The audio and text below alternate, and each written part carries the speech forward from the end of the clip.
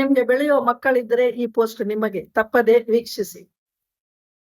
March 4 ವಿಶ್ವ ಬೊಜ್ಜಿನ ದಿನ, world obesity day. ನೀವು ಪೇಪರ್ ನೋಡಿದ್ರೆ ಅಥವಾ ಸೋಷಿಯಲ್ ಮೀಡಿಯಾ ನೋಡಿದ್ರೆ ಅದರಲ್ಲಿ ಎಲ್ಲರೂ ಚಿಂತನೆ ಮಾಡುತ್ತಿರುವ ವಿಷಯ ಅಂದ್ರೆ ಮಕ್ಕಳಲ್ಲಿ ಜಾಸ್ತಿ ಆಗುತ್ತಿರುವ ಬೊಜ್ಜು ಹಾಗೂ ಬೇಗನೆ ಕಾಣಸಿಗುವ ಕಾಯಿಲೆಗಳು. ಡಯಾಬಿಟಿಸ್ ಇರ್ಬೋದು, ಹೈಪರ್ ಟೆನ್ಷನ್, ಹಾರ್ಟ್ ಡಿಸೀಸ್ ಹಾಗೂ ಮೆಟಬಾಲಿಕ್ ಸಿಂಡ್ರೋಮ್. ಒಂದು ಸಮೀಕ್ಷೆ ಪ್ರಕಾರ 2040ರಲ್ಲಿ ಸಾಧಾರಣ ವಿಶ್ವದಲ್ಲಿ 12 ಕೋಟಿ ಮಕ್ಕಳು ಬೊಜ್ಜಿನಿಂದ ಬಳಲಿದ್ದಾರೆ ಅಂತ ಹೇಳ್ತಾ ಇದೆ. ಹಾಗೆ ಭಾರತದಲ್ಲಿ 5 ರಿಂದ 9 ವಯಸ್ಸಿನ 1.6 ಕ್ರೋರ್ ಹಾಗೂ 9 ರಿಂದ 19 ವರ್ಷ ವಯಸ್ಸಿನ 2.6 ಕ್ರೋರ್ ಹಾಗೂ adults 5.6 crores people will be suffering from obesity related problems.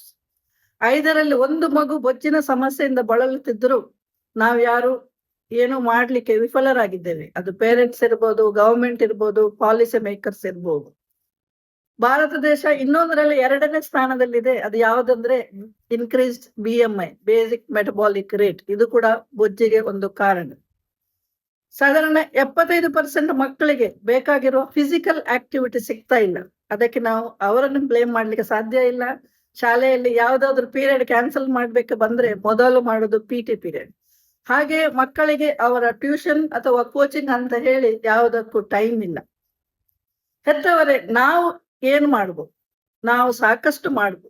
ಎಲ್ಲರೂ ಮಕ್ಕಳನ್ನು ಬೆಳೆಸಿದ್ದೇವೆ. ನೀವು ಹೇಳ್ತಿರ್ಬೋದು ಇವರ ಮಕ್ಕಳು ದೊಡ್ಡದಾಗಿದೆ ಅಂತ. ಆದ್ರೂ ನಮ್ಮ ಟೈಮಲ್ಲಿ ಈ ಪ್ರಾಬ್ಲಮ್ಸ್ ಇದ್ದಿರ್ಲಿಕ್ಕಿಲ್ಲ, ಫೋನಿನ ಸಮಸ್ಯೆ ಇದ್ದಿರ್ಲಿಕ್ಕಿಲ್ಲ. ಆದ್ರೂ ನಮ್ಮ ಟೈಮಲ್ಲಿ ನಾವು ಕೂಡ ಸ್ಟ್ರಿಕ್ಟ್ ಆಗಿ ಮಕ್ಕಳನ್ನು ಬೆಳೆಸಿದ್ದೇವೆ. ನೀವು ಮಕ್ಕಳಿಗೆ ರಿವಾರ್ಡ್ ಕೊಡುವುದನ್ನು ಸ್ವಲ್ಪ ನಿಲ್ಲಿಸಿ. ಏನಾದ್ರೂ ಅಚೀವ್ ಮಾಡಿದ್ರೆ, ಒಳ್ಳೆ ರಿಸಲ್ಟ್ ಬಂದ್ರೆ, ಒಳ್ಳೆ ಮಾರ್ಕ್ಸ್ ಬಂದ್ರೆ ನಿಮ್ಗೆ ಐಸ್ ಕ್ರೀಮ್ ಕೊಡಿಸ್ತೇನೆ, ಪಿಜ್ಜಾ ಕೊಡಿಸ್ತೇನೆ, ಬರ್ಗರ್ ಕೊಡಿಸ್ತೇನೆ ಅನ್ನುವ ರಿವಾರ್ಡ್ ಕೊಡುವ ಪ್ರಾಕ್ಟೀಸ್ ಅನ್ನು ಕಡಿಮೆ ಮಾಡಿ. ಆಮೇಲೆ ಹೆಲ್ದಿ ಫುಡ್ ಅನ್ನು ಮನೆಯಲ್ಲೇ ಕುಕ್ ಮಾಡಿ, ಕುಕ್ ಮಾಡುವಾಗ ಮಕ್ಕಳನ್ನು ಒಟ್ಟಿಗೆ ತಗೊಂಡು ಅವರಿಗೂ ಕೂಡ ಸ್ವಲ್ಪ ಎಜುಕೇಟ್ ಮಾಡಿ ಅದು ಯಾಕೆ ತಿನ್ಬೇಕು ಅಂತ. ಹಾಗೆ ಶುಗರಿ ಡ್ರಿಂಕ್ಸ್ ಅಥವಾ ಏರೇಟೆಡ್ ಡ್ರಿಂಕ್ಸ್, ಫ್ರೂಟ್ ಜ್ಯೂಸಸ್ ಅನ್ನು ಕಡಿಮೆ ಮಾಡಿ ಹೆಲ್ದಿ ಆಲ್ಟರ್ನೇಟಿವ್ಸ್ ಅನ್ನು ಕೊಡಿ. ಜಂಕ್ ಫುಡ್ ಅನ್ನು ಒಂದೇ ಸರಿ ರೆಸ್ಟ್ರಿಕ್ಷನ್ ಮಾಡ್ಲಿಕ್ಕೆ ಆಗುದಿಲ್ಲ. ಕಡಿಮೆ ಮಾಡಿ ಕ್ರಮೇಣ ಅದನ್ನು ನಿಲ್ಲಿಸಿ. ಎಲ್ಲದಕ್ಕೂ ನೀವೇ ಮಾದರಿಯಾಗಿ.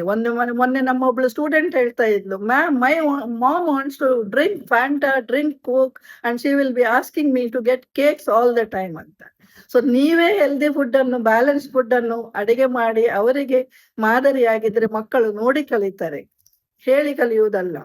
ಹಾಗೆ ನಿಮ್ಮ ಮಕ್ಕಳಿಗೆ ಆಲ್ರೆಡಿ ಬೊಜ್ಜು ಬಂದಿದ್ರೆ ಅವರಿಗೆ ದೂಷಿಸಬೇಡಿ, ಬಾಡಿ ಶೇಮ್ ಮಾಡಬೇಡಿ. ಒಳ್ಳೆ ವೈದ್ಯರ ಹತ್ರ ಕರ್ಕೊಂಡು ಹೋಗಿ ನ್ಯೂಟ್ರಿಷನ್ ಅಡ್ವೈಸ್ ತಗೊಳ್ಳಿ. ಏನು ಪ್ರಾಬ್ಲಮ್ ಇದೆ, ಏನು ಸ್ಟ್ರೆಸ್ಸರ್ಸ್ ಇದೆ, ಹಾರ್ಮೋನಲ್ ಚೇಂಜಸ್ ಏನಾದ್ರು ಇದ್ರೆ ಅದಕ್ಕೆ ಟ್ರೀಟ್ಮೆಂಟ್ ಕೊಡಿಸಿ ಅವರಿಗೆ ಬೊಜ್ಜು ಇಳಿಸಲು ಸಹಾಯ ಮಾಡಿ. ಹಾಗೆ ಅವರ ಸ್ಲೀಪ್ ಹೈಜೀನ್ ಮತ್ತೆ ನೀವು ಕೊಟ್ಟ ರೂಲ್ ಅನ್ನು ನೀವೇ ಪಾಲಿಸಿ. ನೀವು ಹೇಳಿದ್ದು ಮಾತ್ರ ಅದನ್ನು ಮಾಡದೆ ಹೋದ್ರೆ ಇನ್ನೊಂದ್ಸರಿ ನೀವು ಹೇಳಿದ್ದನ್ನು ಕೇಳುದಿಲ್ಲ. ಫ್ಯಾಮಿಲಿ ಆಗಿ ಎಕ್ಸರ್ಸೈಸ್ ಅನ್ನು ಮಾಡಿ, ಬೀಚಿಗೆ ಹೋಗೋದು, ಪಾರ್ಕಿಗೆ ಹೋಗೋದು ಎಲ್ಲರೂ ಒಟ್ಟಿಗೆ ಮಾಡಿದ್ರೆ ಮಕ್ಕಳು ಕೂಡ ಅದನ್ನು ನೋಡಿ ಕಲಿತಾರೆ.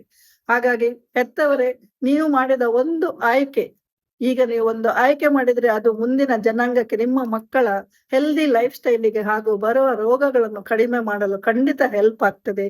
ಹಾಗಾಗಿ ಹಿಂದೆ ಕ್ರಿಯಾಶೀಲರಾಗಿ. ಸಿಹಿ ಸುದ್ದಿ ಅಂದ್ರೆ ಕೆಲವು ಹಾಸ್ಪಿಟಲ್ಗಳನ್ನು ಈ ಒಬೆಸಿಟಿ ಕ್ಲಿನಿಕ್ ಗಳನ್ನು ಸ್ಟಾರ್ಟ್ ಮಾಡ್ತವೆ. ನೀವು ಅಲ್ಲಿ ಹೋಗ್ಬೋದು. ಒಂದೇ ಸೂರಿನಡಿ ಎಲ್ಲ ತಜ್ಞ ವೈದ್ಯರು ಸಿಗ್ತಾರೆ.